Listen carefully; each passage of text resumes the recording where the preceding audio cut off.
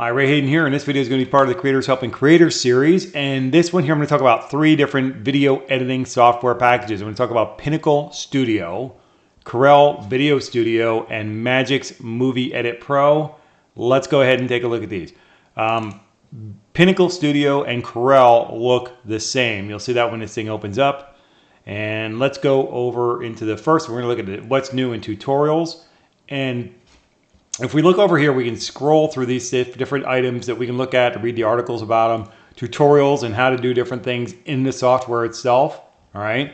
And then let's take a look at the editing thing. Oh, before I go there, see this Discovery Center? It's the exact same picture in Corel. All right. And the download user guide is right in the center there as well. These 3 items up here, don't worry about this. This is my computer. It has nothing to do with the software. But it has import, edit, and this says export. I don't know if you can see it or not. In Corel, it says share. All right. And then you can purchase it up here. And in Corel, that has a little up arrow here to upgrade and purchase it. And both of them have this little purchase thing over here. So you can purchase, of course, right within the software itself. Let's look at the editor briefly. All right. So they have a sample video loaded for us already. This is a viewfinder, so you can see what's going on. This is our bin, our working bin. Let's go to the transitions window because you can see a whole bunch of different transitions. Now look over here in this where it says B over here. I'm going to click on this fire thing, and that will give you an indication of what your transition is going to look like.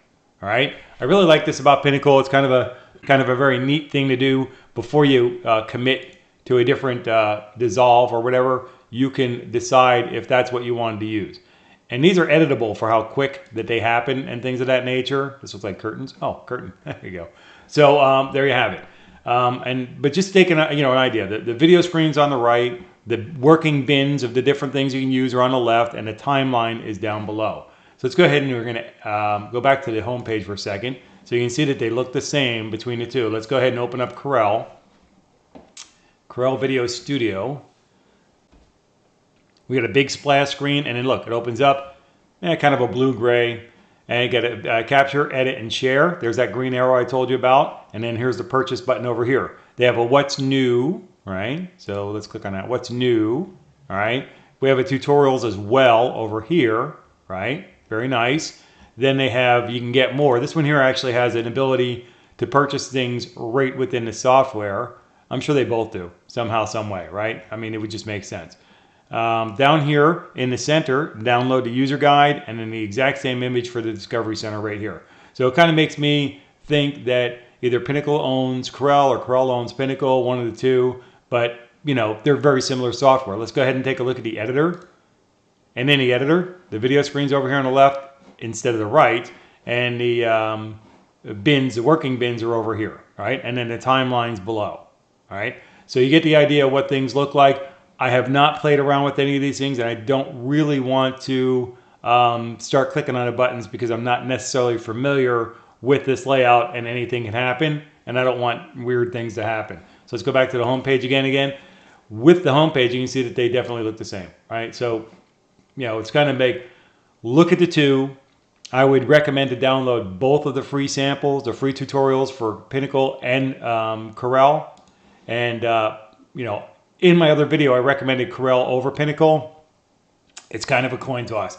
I would suggest that if you're interested in one of these two, download both of them and see which one you like. And if you find one that you like over the other, use that one. Okay, and with that, let's go ahead and look at Magix Movie Edit Pro. I'm going to cut a piece out of this because it's going to pop up with some personal information that I won't necessarily want to share on a YouTube video. Let's go ahead and open this up. Okay, and we got past the personal information. Let's go into testing the program, right? This is going to open it up right into the edited program. So I don't want to do anything. Trial version, we're limited to a 3-minute video. That's fine. And the create project thing, this is something that I set up, but you can go ahead and change it to whatever you need to have in yours. And you can change this at any time, right? If I have this right. And it's going to open up in a timeline here, but it also has this other capability, which is storyboard mode. So let's take our video and pop it in here and just cover this real brief. Don't adjust. All right, so there's the video up here. You don't see a gray square here, and you don't see a gray square here. But over here in this little clip, you do. If you click on this left one, it'll show a fade in. And it shows you what the fade in was, right? Let's click on that again. Watch this video up here, right? It's going to fade in. And it's going to show me what it looks like. This other one is the exit. How you're going to exit from that clip, right? And it's, let's just say it's my whole video. I'm going to fade out. And it shows you what the fade out looks like. And there you have it, right? So that's a way to do it. We can also work on it in this video mode here to where we can resize this as well, right? And maybe we went too far with that. There we go. This is 1 second right here. This is the 1 second mark. So this is a 1 second fade in, right? Now you can adjust that. So I put my hand over there and that little white circle pulls up.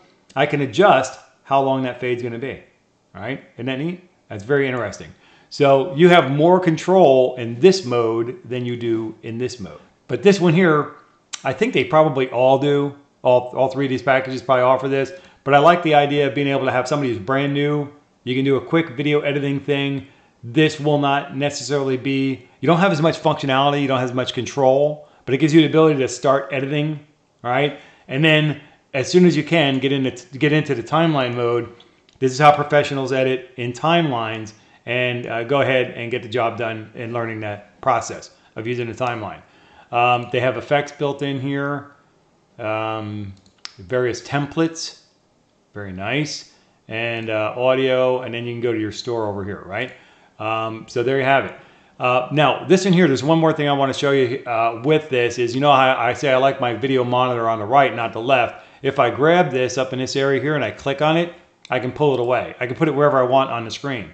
This one over here, same thing. Okay, now this is a little confusing, but let's go ahead and pop that over there. And they kind of snap in, right?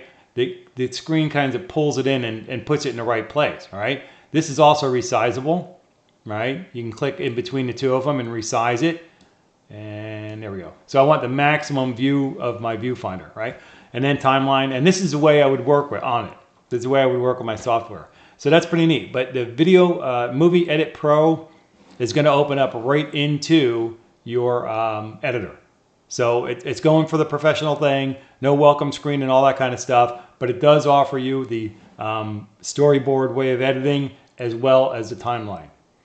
All right. So with that, I hope that's a nice introduction to start you out with to see maybe you want a different kind of package to look at. Here's three of them. Here's Pinnacle Studio Trial, Corel VideoStudio, Magix Movie Edit Pro.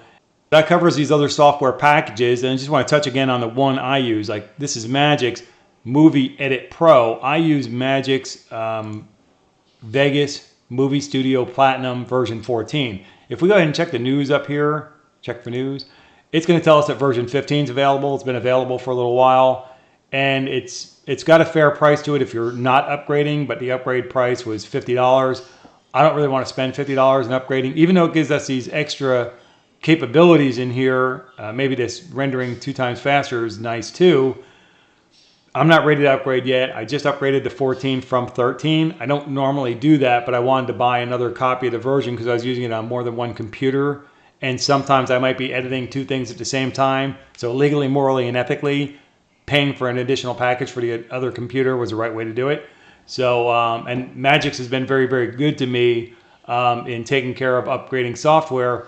Specifically, when they purchased the software from Sony, they still supported everybody who was already in the stream. So I needed to do an upgrade to my version 13 software. Magix had purchased the company and all the software. They didn't purchase Sony. They purchased the software, and they took care of my software for me and hooked me up. So that was really nice, and I appreciated that. So this is the software layout that I like. I like the video monitor over here on the right. I like the working bins on the left. And there's a master control volume. This is where I can increase and decrease the level of sound for the entire project right here. And I like having that available to me. It gives me a real good visual of how my sound is doing, to make sure that I'm not going to be playing anything or any part of my video that's too loud for the end user. I just want to show that there's different types of software and everything else available to us, and that this Magix Video Edit Pro version of the software has the functionality that's different. I think these other two should have it as well, but I didn't play around with it enough. But in Magix Video Edit Pro, they have the capability to make it a simplified editor or more of the professional or semi-professional prosumer editor like this one here, all right? So don't forget, drop comments below, give me a thumbs up, like this video, and if you haven't already, be sure to subscribe to the channel, all right? And that'll wrap it up until I catch you in the next video. Take care and be well.